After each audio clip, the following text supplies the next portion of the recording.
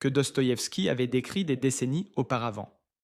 Dans un témoignage, le survivant de l'Holocauste, Eugen Heller, se souvient avoir été forcé de transporter du sable d'un bout à l'autre d'une usine détruite, puis de le ramener sans explication.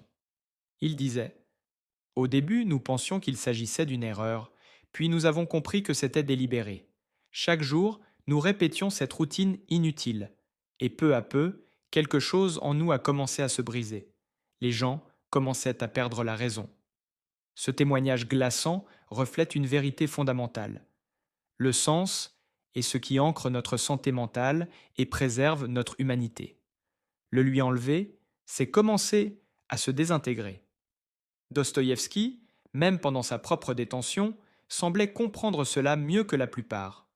Il remarqua que les prisonniers assignés à un travail réel, aussi dur ou forcé soit-il, pouvaient encore tenir bon parce qu'ils percevaient une utilité. Mais quand le travail devenait complètement dénué de sens, beaucoup ne pouvaient simplement plus s'accrocher. Certains tentèrent de fuir pour être abattus.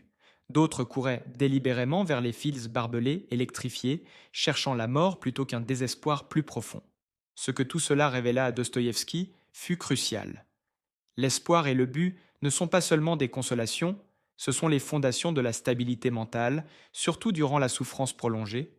Il remarqua que ceux qui réussissaient à garder un rêve, une croyance en un avenir meilleur, supportaient mieux l'épreuve.